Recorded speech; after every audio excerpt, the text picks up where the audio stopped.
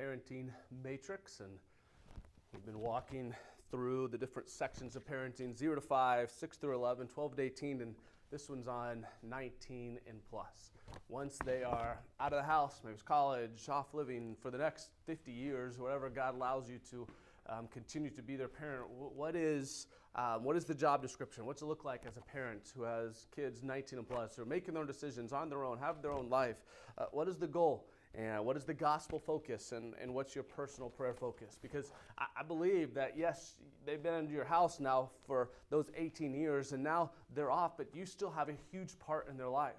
It's not just like you're sending them away and never there. No, I think there's an incredible part that you can have in their life that I've seen my parents have in my life, even at my age and with where I am at in going through life, that they still are investing in me. And that really is the job description that I would give you as a parent. You have kids 19 and older. It is, you're an investor. You know, when you go invest in a company, you maybe put money into it, but you don't tell them exactly how to use that money. No, you invest in them, and then they run the company how they think is best, but you are just for that company. You're investing in that company. And that's really what we have to do, I think, as parents with those age of kids. It's investing in them. It's investing in them in different ways and shapes and different aspects of yes, prayer and being there to give counsel and sending them encouragement. Now, some kids are going to want more than other kids. There's some kids that they don't want you to do anything. So the only way you may be able to invest in them is by getting on your knees and praying and going to God. That might be it. That's when every parent should do that as kids 19 and over.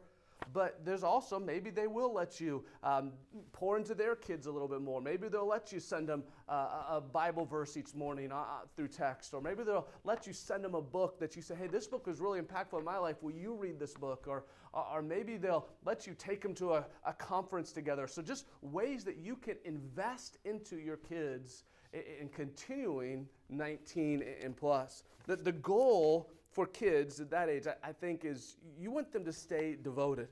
You want them to be faithful. You want them to be devoted and faithful in their walk with God. And you want them to be faithful to their family. You want them to be faithful to their church. You want them to be faithful to the Great Commission. And so if that's what you want them to be faithful for, you want them to be devoted in these ways, then if that's what it is, then invest in those ways. Help them see the importance of that.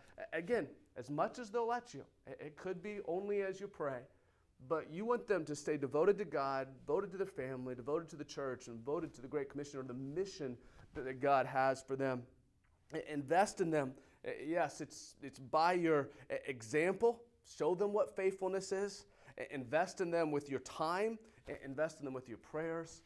But be someone who invests in your kids until God takes you on, or until there is no more where God takes them or takes you on. Continue to invest in them. The gospel focus is the faithfulness of God.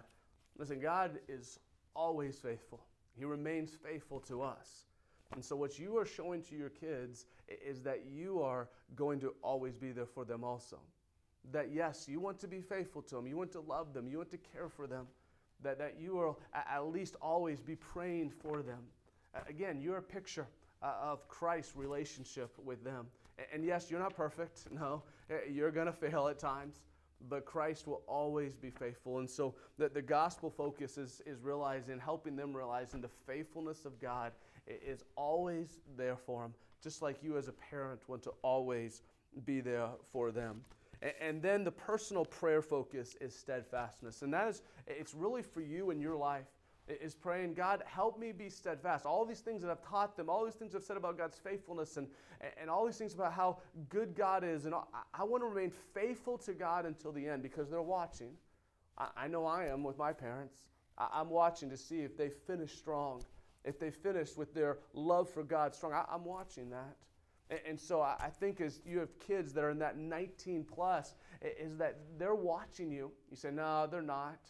Listen, I think some of them are probably more than you realize. And still stay faithful. Stay faithful to God.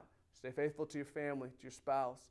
Stay faithful to the church. Stay faithful to the Great Commission, the mission that God has called you as you are modeling it for them. And so invest in them as much as they'll let you, at least by prayer, if they let you in time in other ways. And we'll do some other videos and bring some parents on that have older kids to kind of help show through this and give examples of how they're doing that. But you are an investor in their life, and that would be until you go to glory or until they. And so continue to invest in them.